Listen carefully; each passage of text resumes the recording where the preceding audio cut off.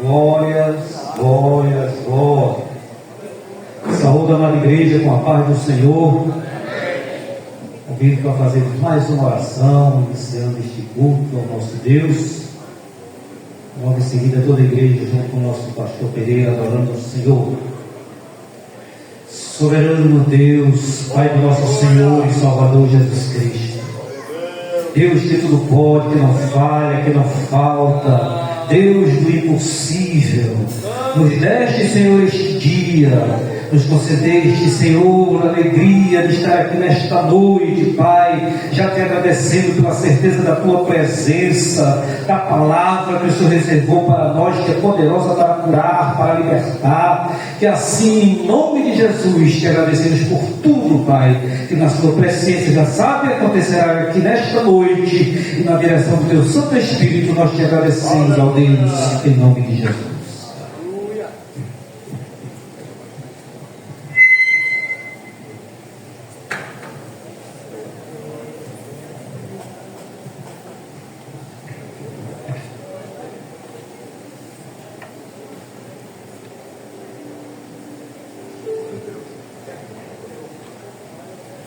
Glória a Deus.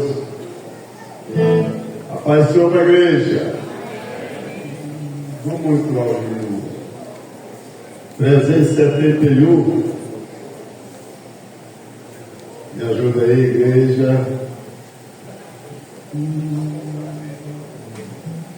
Breve vem o grande dia em que lutas findarão, todos os males, agonias deste mundo cessarão, cessará no céu o pranto, pois não haverá mais dor, e ouvir-se-á o canto dos remidos do Senhor.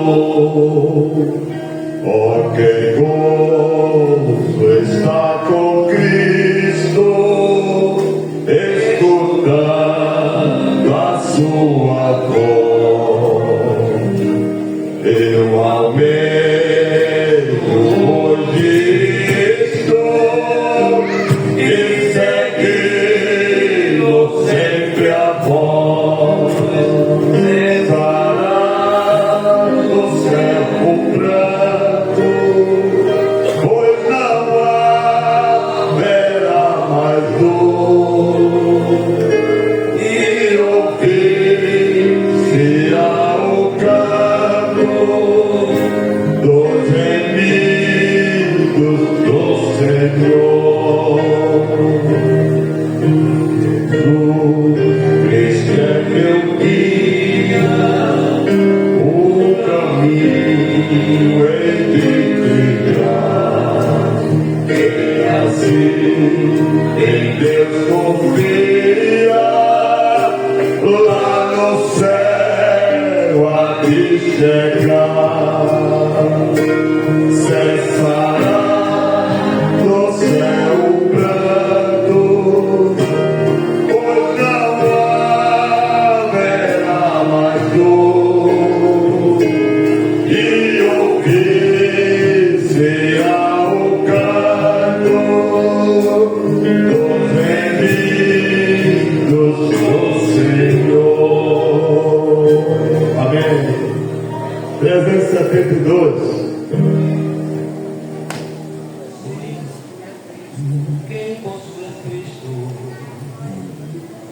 Quem possui a Cristo, ele fica estar.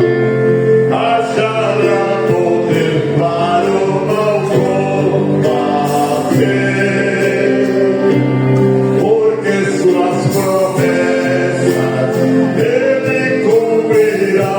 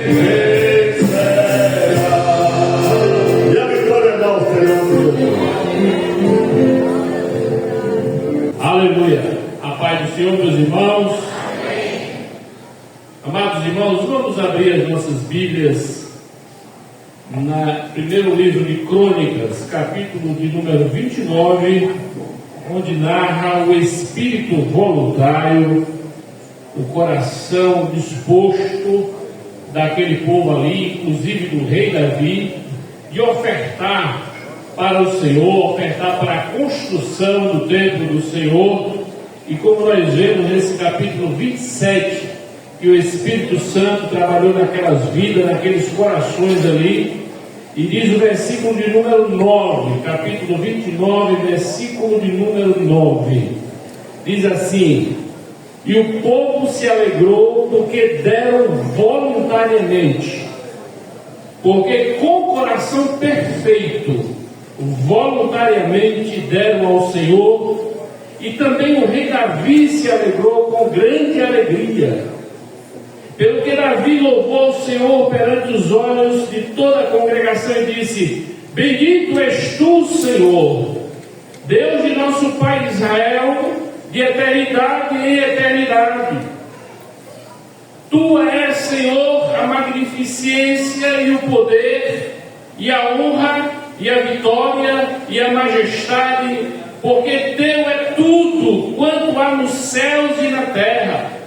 Teu é, Senhor, o reino, e tu exaltaste sobre todos como chefe, e riquezas e glória vêm de ti, e tu dominas sobre tudo, e na tua mão há força e poder, e na tua mão está o engrandecer, e dar força a tudo. Agora, pois, ó Deus, nós graças te damos e louvamos o teu nome da glória, porque quem sou eu e quem é o meu povo que tivéssemos poder para tão voluntariamente dar semelhantes coisas, porque tudo vem de ti e da tua mão tu damos. Aleluia. Podemos repetir isto em voz alta, esse finalzinho do versículo, onde ele nos diz: porque, todos juntos? Porque tudo vem de ti e da tua mão. Que maravilha! Que este seja o nosso entendimento, que tudo aquilo que nós ofertamos ao Senhor, sejam os dons que Ele nos concede, seja o tempo que Ele nos concede, seja a saúde que Ele nos concede, seja a capacidade que Ele nos concede, seja donativos financeiros com oferta que Ele nos concede, seja o dízimo do Senhor que Ele nos concede, que o nosso entendimento seja este, que tudo vem dEle, e é dEle, e é por Ele, e nós simplesmente devolvemos aquilo como reconhecimento desta honra que Ele é merecedor. Portanto, que nós possamos, irmãos, ter esse coração voluntário, esse coração perfeito diante do Senhor. Oremos ao Senhor. Pai, em nome de Jesus, nós te damos graças por esse momento, Senhor, é que o Senhor nos concede para que ofertarmos, para dizimarmos, para oferecermos, ó Senhor, a Ti aquilo que vem de Ti. Que o nosso coração possa ser um coração voluntário diante de Ti, Senhor, em tudo aquilo que o Senhor nos concede. No nome santo de Jesus, nós te pedimos e te agradecemos agora e sempre. Amém. Ao Senhor, alegria, estamos uma vez na casa de Deus, adorando o seu nome, nesse momento tão maravilhoso, quando estamos aqui adorando ao Senhor, com hinos que mexem com a nossa alma. Eu tenho certeza que os céus receberam todos os louvores aqui entoados nesta noite. Quem crê nisso, diga amém. Meus irmãos, hoje o Senhor me dirigiu a uma palavra muito importante para nós. Aleluia. Neste tempo que estamos passando dentro da igreja. Atos 2.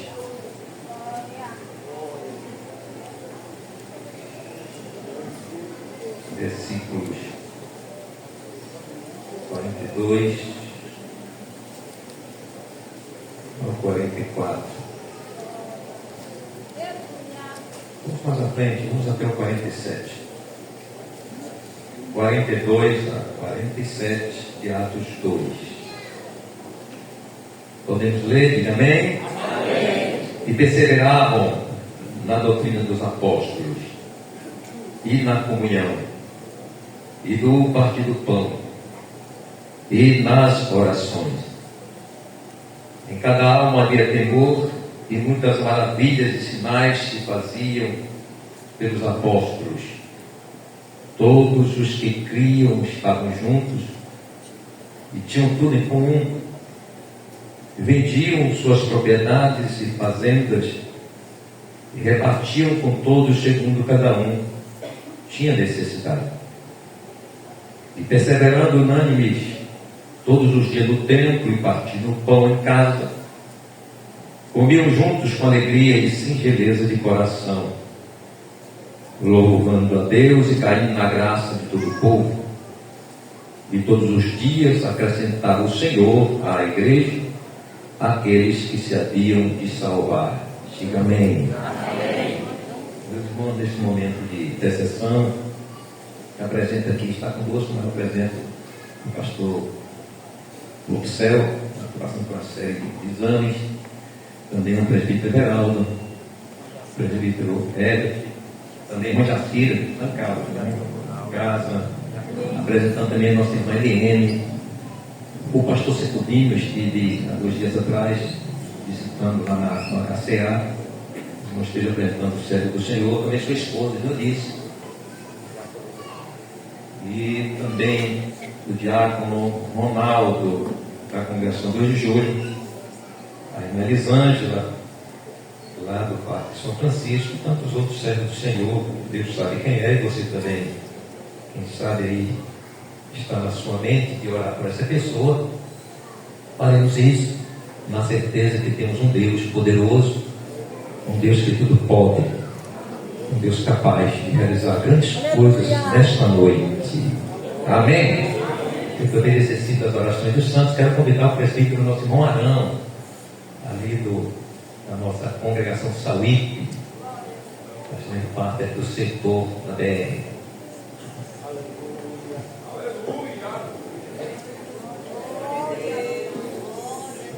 Saudar a igreja para o Pai do Senhor. Vamos orar.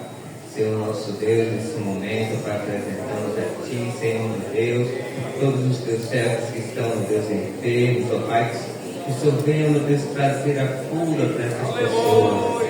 Ó Senhor Jesus, continue derramando da Tua graça sobre o Teu povo, sobre a Tua igreja, meu Pai, e sobre aquelas pessoas, meu Pai, que não são crentes ainda, que possam, meu Deus, se arrepender, meu Deus, e trazer para a Tua casa, Senhor, meu Deus, trazendo salvação, libertação.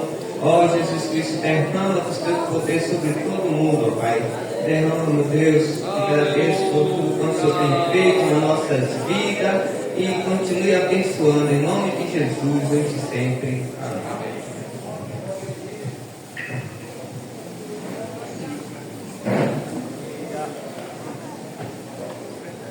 Meus irmãos, nesse tempo de tanta preocupação,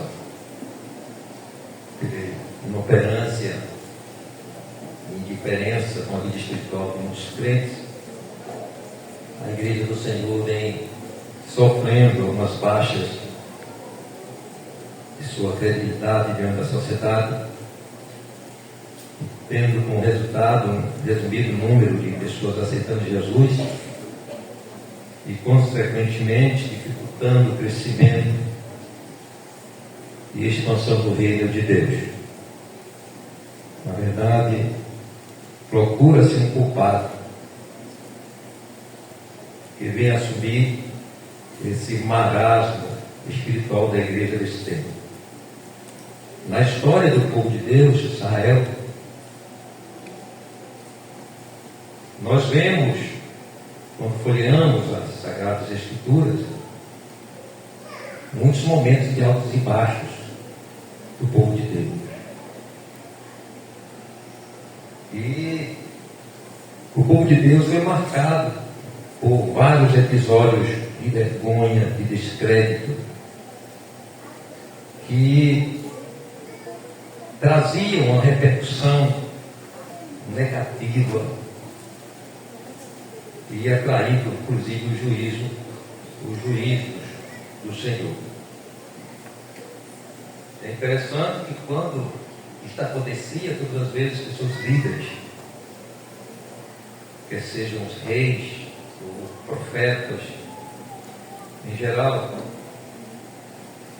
quando juntamente com o povo se arrependiam e retornavam aos caminhos do Senhor, Deus ele revertia o seu juízo e a glória do Senhor era restabelecida em meio ao seu povo. Na resposta de Deus à oração que Salomão fizera antes da inauguração do templo, já chegando o momento da consagração propriamente dita da casa do Senhor, a gente tem na resposta de Deus, a gente observa, a gente consegue extrair da resposta do Senhor, mostrando que quando se arrepende, quando se volta para o Senhor reconhecendo suas mazelas morais, o seu baixo estado espiritual e assumindo a responsabilidade daquela situação, a misericórdia do Senhor ela volta-se para este crente ou para este povo. E no texto do 2 Crônicas 7, 14 a 16, a gente vê a resposta de Deus depois que Salomão ele coloca várias situações que poderia atingir o povo de Deus. O Senhor Deus responde assim: e se meu povo que se chama pelo meu nome se humilhar e orar e buscar minha face e se converter dos seus maus caminhos, então eu virei dos céus e perdoarei os seus pecados e sararei a sua terra.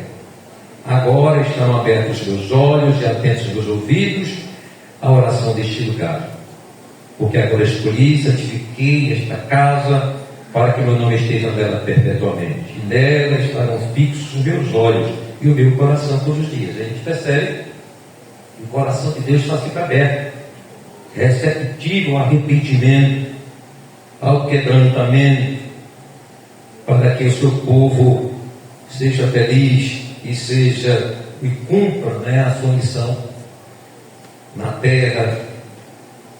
E o texto lido nesta noite, ele nos direciona a uma reflexão de como está cada um de nós. E nesta investigação pessoal, numa visão introspectiva íntima, é que podemos chegar aonde está a razão desta retração da igreja do Senhor.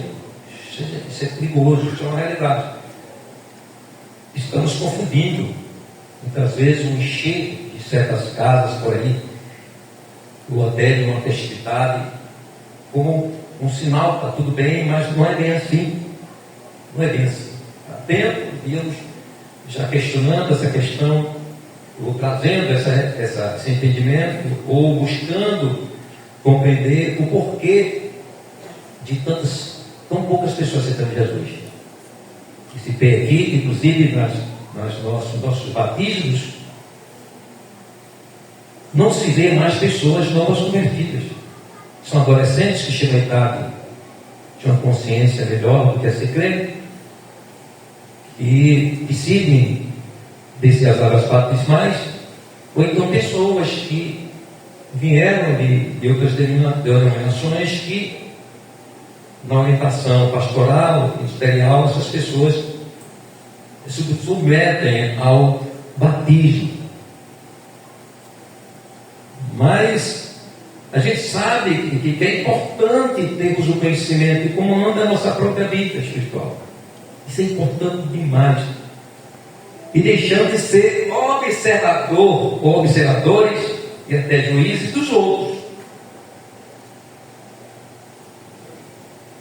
Se a gente se comportar dessa forma, olhando para nós mesmos, eu tenho certeza que será muito mais fácil se ter um diagnóstico real da enfermidade espiritual que está cometido e alcançar a cura. Nessa observação de olhar os outros, esquecer de si, Mateus 7, de 3 a 5, Jesus, vou pedir ao pastor Marcos, que disse que ele ia acioná-lo nesta noite que nós estamos ajudando aqui na leitura.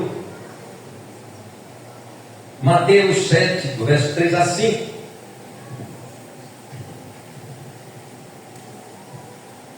Diz assim: e por que reparas tu no argueiro que está no olho do teu irmão, e não vês a trave que está no teu olho? Ou como dirás a teu irmão, deixa-me tirar o argueiro do teu olho, estando uma trave no teu? Hipócrita, tira primeiro a trave do teu olho, então cuidarás em tirar o argueiro do olho do teu irmão. É uma mensagem dura, mas é uma verdade. Às vezes a gente se preocupa muito com os outros. Irmão está frio. Observando os comportamentos que merecem ser corrigidos, mas muitas vezes em nós está algo muito mais grave que ser corrigido e não corrigimos. Buscamos sempre os outros e nos justificar perante o comportamento de outras pessoas. Tiago 4, versículo 11 e 12 também, ele é interessante, porque ele toca também nesse ponto. Tiago 4, versículos 11 e 12. Eu pedi que corra um pouquinho. Bota o dedo para correr. Irmãos, não faleis mal uns dos outros. Quem fala mal de um irmão e julga seu irmão, fala mal da lei e julga a lei. E se tu que julgas a lei, já não és observador da lei, mas juiz. Há só um legislador e um juiz, que pode salvar e destruir. Tu, porém, quem és que julgas a outrem? A gente fica buscando justificativa muitas vezes para a presa da igreja, ou para seu estado espiritual, buscando nos outros uma resposta, mas se esquece de si, de como está a sua vida. É importante que observarmos isso. No entanto, ainda que não atentamos, ou seja, que não consideremos, ou sejamos juízes dos outros, ou tenhamos, na verdade, uma consciência de que está tudo bem, não anula nossa responsabilidade moral e espiritual, pessoal, íntima. Ainda que eu veja o defeito do outro irmão, eu tenho que entender que há também responsabilidade minha. Eu posso andar corretamente e meu irmão está de uma forma irregular, mas ao invés de falar dele, eu vou orar por ele.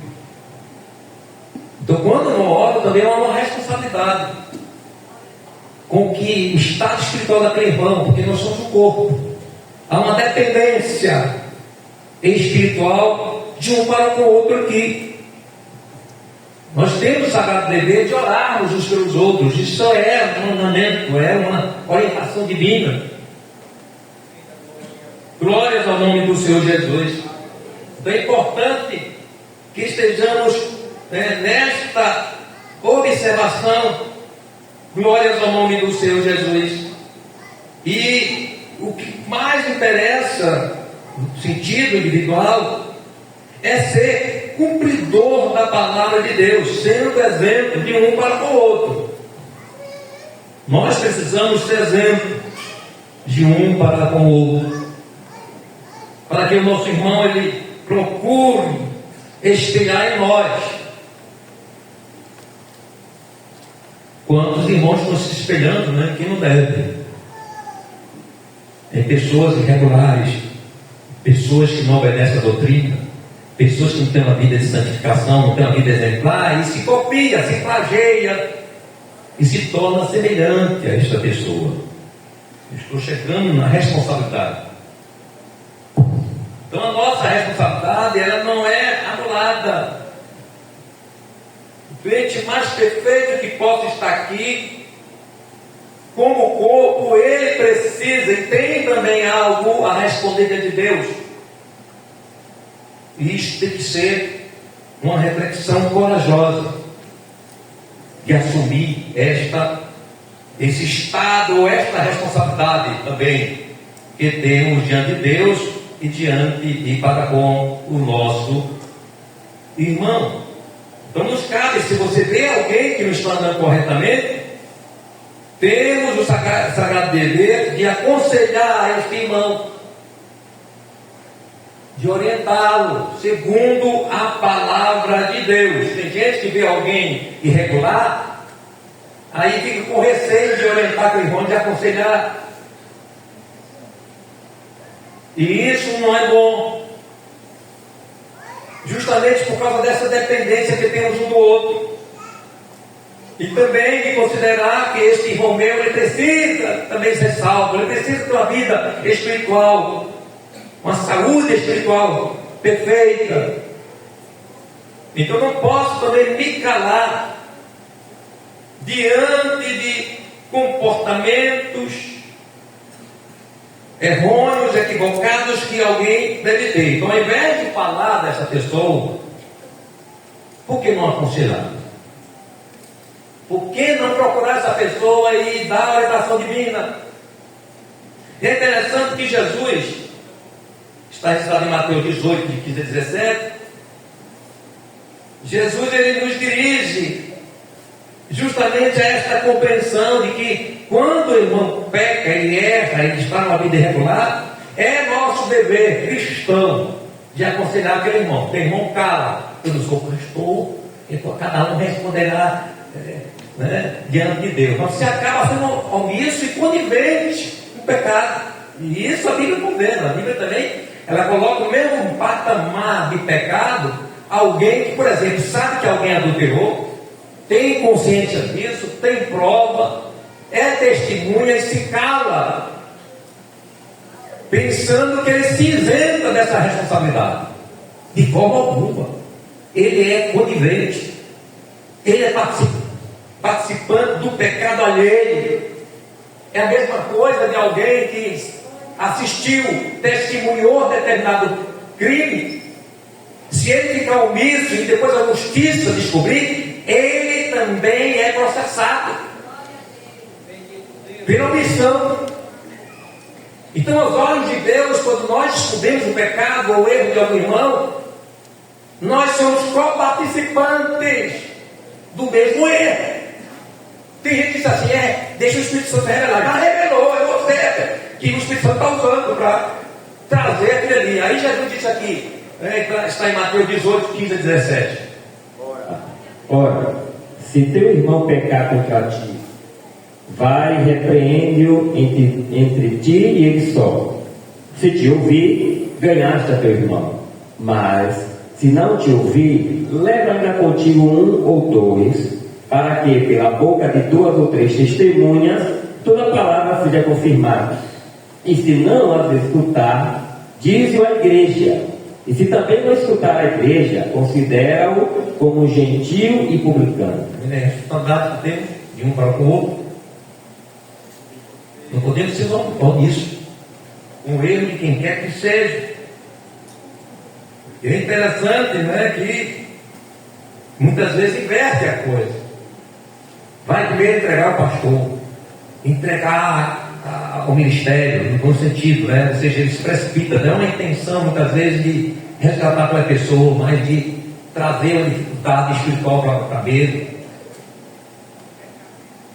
Então o crente ele tem que andar segundo os trâmites bíblicos.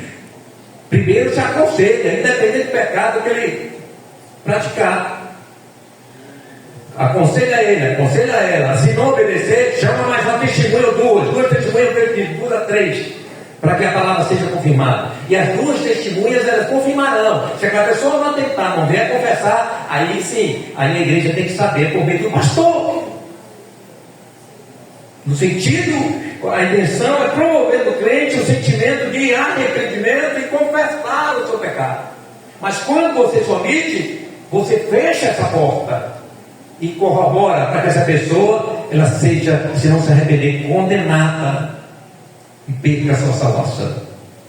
Então não guarde pecado de ninguém, para que você não vá junto com ela para a perdição. Então com esta reflexão, nesta noite, eu espero que o Espírito Santo venha nos revelar as razões da inoperância e ineficácia da igreja desse tempo, onde se procura um culpado, o pastor e obreiros culpam os crentes pela baixa qualidade espiritual. Por sua parte, os crentes justificam que a falta de programações ou eventos motivadores. O pastor cobra da comissão de evangelização, a comissão cobra do ministério, o ministério culpa o tempo difícil que estamos atravessando, todo mundo procurando desculpar. É obrigação, é um dever moral, é nobre, quando cada um de nós assume uma responsabilidade, ou parte desta responsabilidade, por esse momento que estamos atravessando. Ou você está achando que está tudo bem? Se tivesse tudo bem, aqui estava cheio de crente com doutrina. Primeiro ponto. Se está tudo bem, o culto de instrução da terça-feira lá é lotado. E a escola dominical faltaria espaço para ter crente em cada classe. Aleluia. E são sinais que mostram que não estamos bem. E quando a gente se cala e se aceita, o Espírito Santo de Deus também está tudo bem? Ok, vocês não querem. Estou saindo da responsabilidade de abençoar vocês, porque vocês não querem. Glória a Deus, eu estou aqui tecendo nenhum juízo, porque eu não sou juiz, mas a palavra de Deus julga. A palavra de Deus é espada de dois gumes. Ela penetra até a divisão da alma e do espírito e discerne os pensamentos ocultos. Glórias ao nome do Senhor Jesus. Só assim, cada um assumindo a sua responsabilidade, haverá o tão esperado avivamento. Tanto oramos, tanto clamamos, que usamos muito temas de festividades e congressos, e esse avivamento não chega. Aleluia! É preciso cada um tomar essa responsabilidade, a sua responsabilidade, porque só assim o Senhor Deus, Ele fará com que o seu Espírito volte a fluir de forma abundante na igreja e fora dela, saindo das quatro paredes, alcançando as vidas com a palavra cheia da graça, da unção, com autoridade espiritual, capaz da palavra tocar o coração do pecador e levá-lo ao arrependimento. Aleluia! E esse texto que versa sobre a igreja primitiva, e vemos, portanto, desse texto o caminho de volta ao modelo estabelecido por Deus, por Jesus, pelo Espírito Santo para a igreja. É preciso retornar ao princípio, ao primeiro amor, para que a igreja possa cumprir sua missão desta terra com toda a eficácia, trazendo verdadeiros resultados de transformação, de restauração, de cura. Hoje estamos na igreja num tempo de muitos crentes doentes, na alma, no espírito até, crentes cheios de mágoas, rancores, crentes com pecados escondidos, com pecados ocultos, e não sentem nenhuma culpa por isso. Então a igreja primitiva, nesse texto que nós lemos, ela nos mostra o caminho de retorno para que a igreja volte ao seu lugar de glória, de representatividade santa desta terra.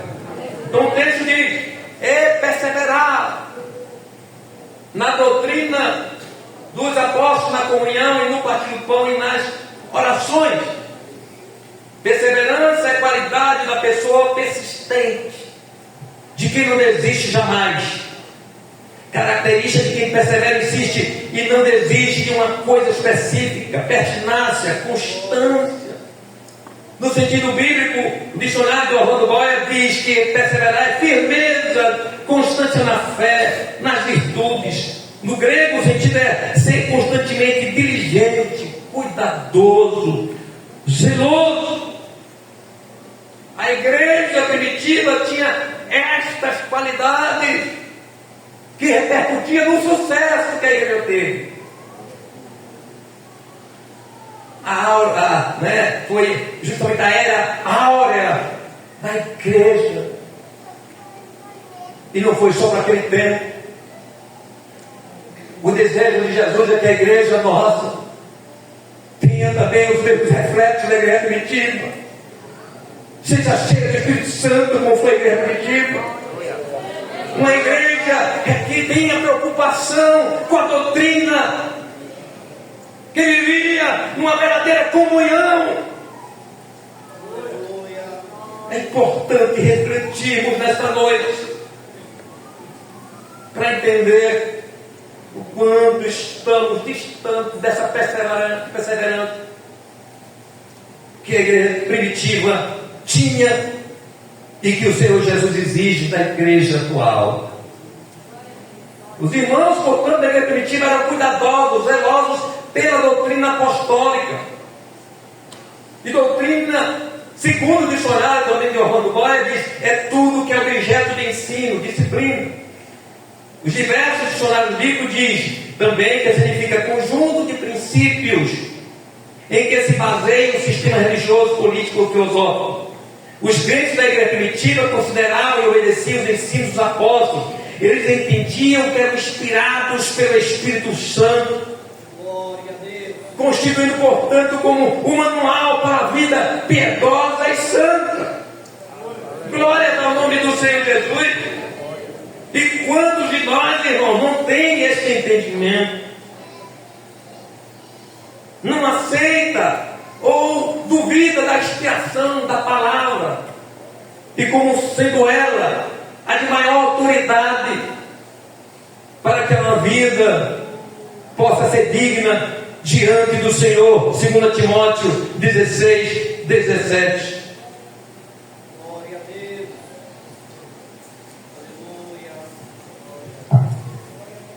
Timóteo 4, se não me engano, deixa eu conferir. 4, 16, 17, vê se é isso aí. Não. Aleluia. Aleluia. Toda a escritura é divinamente inspirada, é 4 mesmo, não? 3, 17, 16 e 17. Toda a escritura divinamente inspirada é proveitosa para ensinar, para redarguir, para corrigir, para instruir em justiça, para que o homem de Deus seja perfeito e perfeitamente instruído para toda boa obra. Eu não gosto muito dessa versão, que inclusive é na nossa Bíblia, quando diz assim, ele coloca algo estranho lá. Toda essa escritura é divinamente inspirada, ou esse é melhor, agora assim, toda escritura, se tem uma versão que assim, diz, sendo divinamente inspirada, aí ela abre a janela para o que estamos ouvindo aí dentro na internet. Dizer, nem toda palavra é inspirada. Então nem toda versão, irmãos, é aconselhada que a gente leia certos textos para que não gere também dúvidas concernentes à convicção que nós temos da palavra de Deus, das coisas de Deus. Mas essa versão diz, toda a escritura é divinamente, não parece, ela é. E ela tem essa autoridade para ensinar, para redarguir, para corrigir, para instruir justiça, para que o homem de Deus seja perfeito e perfeitamente instruído para toda boa obra. É a palavra de Deus que molda o caráter do crente. Então, se o crente ele não gosta de doutrina, ele não vai ser aperfeiçoado. Se o crente não entende que a Bíblia é completamente inspirada pelo Espírito Santo, esse crente não está bem. Todo crente, ele entende e procura viver as Escrituras, porque ele sabe, ele tem a consciência que as Escrituras, a palavra do Senhor, ela é o manual que o Espírito Santo propiciou à igreja de Jesus. E quando descartamos a Bíblia, descartamos a doutrina, nós estamos completamente fora do que Deus estabeleceu para a sua igreja. E isso nós levamos a uma reflexão de culto, porque muitos crentes estão cobrando a eficiência da igreja, mas esquecem de olhar detalhes como esse tão importantes. Se você não gosta da palavra de Deus, se você não aceita a palavra de Deus como inspirada, se você não segue o modelo bíblico como aquele que forma o seu caráter, você não vai muito longe não.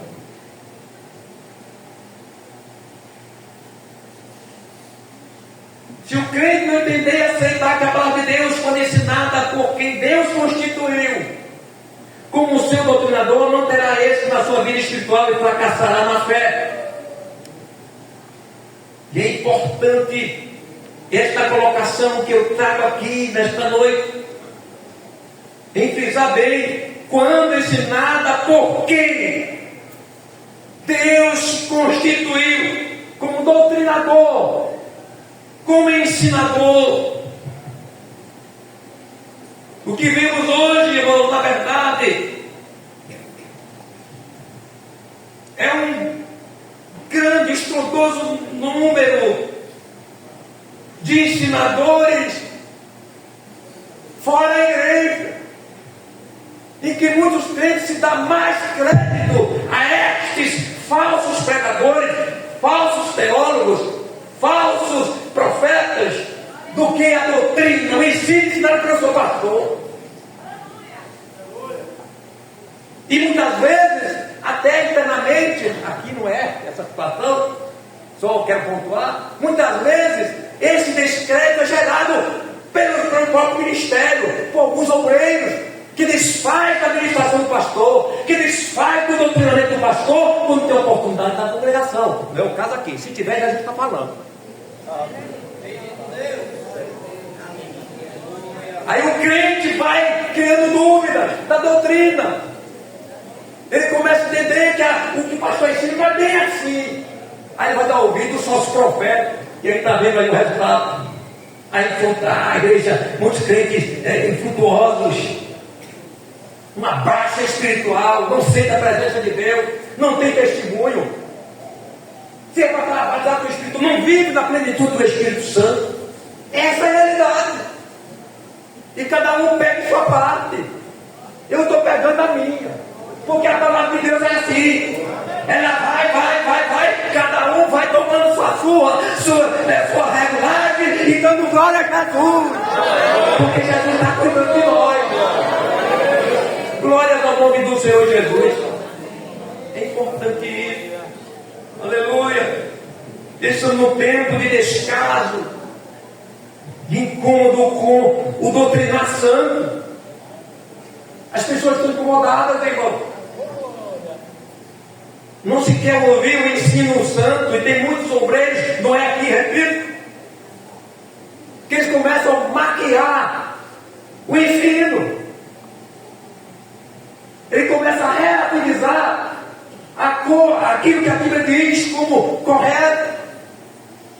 Isso vai gerando uma série de crentes adoecidos, sem firmeza espiritual, inconstantes, inseguros, fáceis de ser levados. E aí está uma enxurrada de crentes procurando tantas coisas por aí que não é de Deus. É preciso entender que nem todos que dizem Senhor, Senhor, Senhor entrará no reino do Senhor. Nem todos. Então não é porque ali está falando Jesus e parece que está acontecendo alguma coisa. Não significa. É a Bíblia que diz que Deus esteja ali. Ele disse, quando disserem que eu estou lá, não vai. Não vai. Quando vê essa escrita na propaganda, hoje é sexta-feira, de não sei o que, vai lá, porque Deus vai resolver. É lá, viu? É lá. E diz que aquele que está naquela igreja que tem mentiroso, falso profeta. Deus não é limitado a uma denominação, a um grupo. Deus é grande, cantamos aqui, Deus é grande. Ele está no meio dos fiéis, do que tem os homens, é escrito no livro da vida. Glória ao nome do Senhor Jesus. Ninguém pode tomar para si, né, esse espaço de domínio particular da verdade. Glórias ao nome do Senhor Jesus. 2 Timóteo 4, versículo 13 e 4, por favor. Aleluia. Glória a Deus. 2 Timóteo 4, 13 e 4. Porque virá tempo em que não sofrerão a sua doutrina, mas tendo comichão nos ouvidos, amontoarão para si doutores conforme as suas próprias concupiscências, e desviarão os ouvidos da verdade, voltando às fábulas. Doutores, os mestres, não, o homem é bom. Eu vou comparar com o pastor Jair, que não é ninguém. O homem é bom, mas doutor de divindade, só pode até um arcanjo. Eu vou deixar de ouvir o pastor para não ouvir. Eu vou ouvir isso aqui. Esse que é o santo homem de Deus. Às vezes é um prostituto, um adúltero. A gente está bem amargando esse tempo da igreja. Cadê as almas? Claro, não pode chegar almas, irmãos, numa situação dessa, de dúvidas, de incoerência, de incerteza, de instabilidade, de falta de convicção, de certeza do que é. Então fica procurando, né, outros ensinos, procurando até distorções da Bíblia para não cumprir o que a igreja ensina. Quando a gente fala em Deus, por exemplo, é tanto crente com argumento do inferno, para se justificarem e serem desonestos com Deus. Isso não vai anular sua culpa não, viu? Deus vai te olhar sempre como infiel, porque a palavra do Senhor é palavra dele aqui, aonde levar, ainda que pregue errado, mas a palavra de Deus sempre será a sua palavra. Aleluia! Então estamos no momento de falsos ensinos. E por conta disso, muitos crentes estão se apostatando da fé. 1 Timóteo 4, versículo 1 e 2. Mas o Espírito expressamente diz que nos últimos tempos apostatarão alguns da fé, dando ouvidos a espíritos enganadores e a doutrinas de demônios, pela hipocrisia de homens que falam mentiras, tendo cauterizado a sua própria consciência. E muitas vezes, irmãos, o obreiro, o pastor, pode cair no fracasso de entender só o lado profético desse texto. Nos últimos dias, eles erram, é assim mesmo. e se tornar omisso à palavra do Senhor. E tem obreiro que diz assim: rapaz, não pode apertar muito o povo não, porque tem muita concorrência por aí. E tem concorrência da palavra de Deus, das coisas santas? Não tem, não. Quem não é santo, irmão, nunca será santo se não se arrepender. Quando o crente deixa a sua igreja, é porque não tem convicção, ainda que tenha passado alguma vergonha, algo terrível na sua vida, dentro da convivência cristã dos seus irmãos. Mas Deus é fiel, a palavra é fiel. A minha fé não está sustentada em pessoas, mas está naquele que me salvou, que me libertou.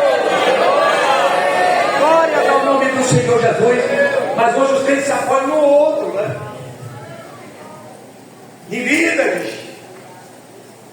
Não vai por aí não. Muito modelo do crente é Jesus. É a sua palavra.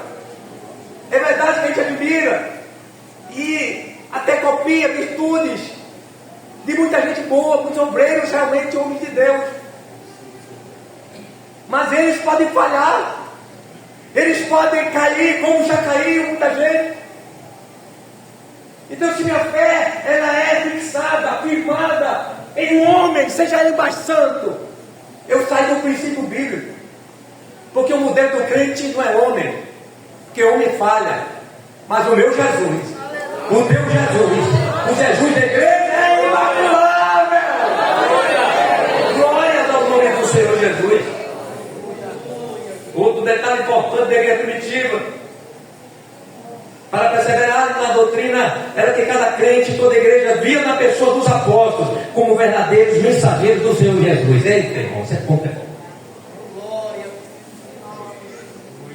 A igreja primitiva via os apóstolos como ungidos do Senhor e pelo Senhor.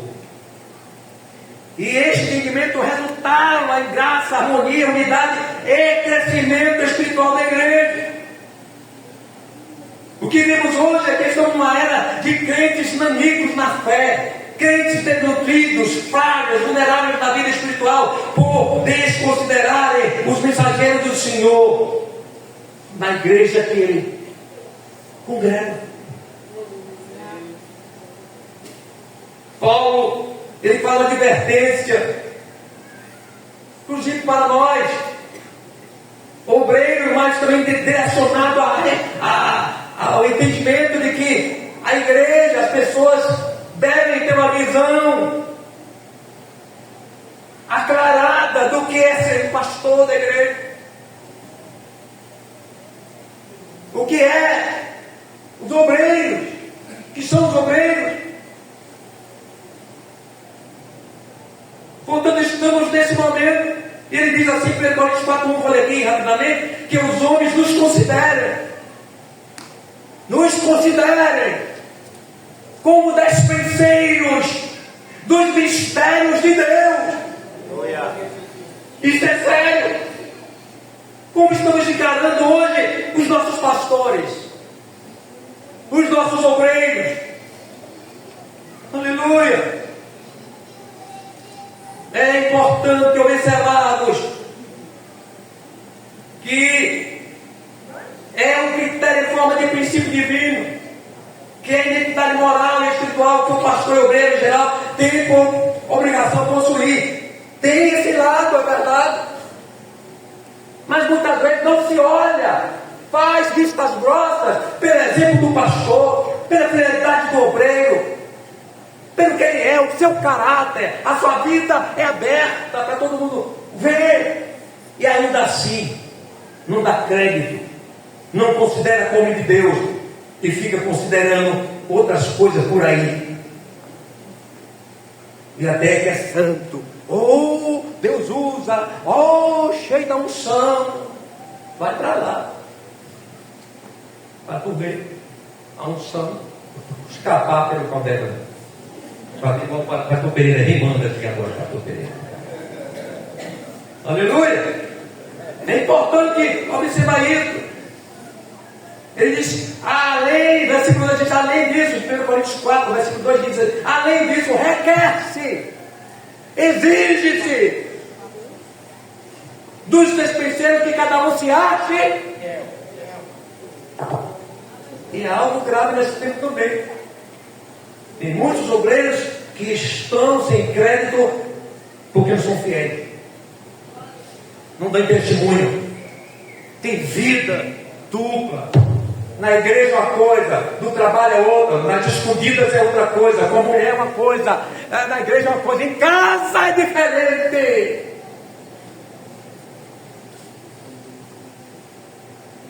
Requer, exige, é Deus que exige que o obreiro, cada um, se ache fiel, ou seja, se encontre fiel. Deus dizer, eu acho que eu sou fiel, não é isso? Ele seja encontrado pela igreja, ele seja achado pelos crentes da igreja como fiel. Aleluia. Aleluia. Mas infelizmente nesse tempo há muitos disfarces de obreiro. Não se pode generalizar os comportamentos. Mas o que cada crente precisa é ter o discernimento espiritual dos atos e obras do obreiro, conforme o que a palavra de Deus determina. 1 Timóteo 3, 1 a 7. Lá está o critério, os critérios, o que se exige de que seja um pastor, um obreiro. E muitas vezes se faz vistas grossas, se consagra a qualquer pessoa, ministra a bênção e põe as mãos em pessoas que não estão bem com Deus, não. E muitas vezes alguém sabe, mas se omite, se cala. E a igreja muitas vezes cai no fracasso de ter no púlpito pessoas que não são vocacionados e não chamados por Deus. Permita-me dizer isso sobre eles, respeito a todos vocês. Mas eu tenho que dizer que isso é a palavra de Deus que diz. Glória a Deus. Aleluia. A igreja apocalíptica de Éfeso foi elogiada porque tinha discernimento. Ela sabia quem era o verdadeiro obreiro, ou um disfarce, ou uma maquiagem.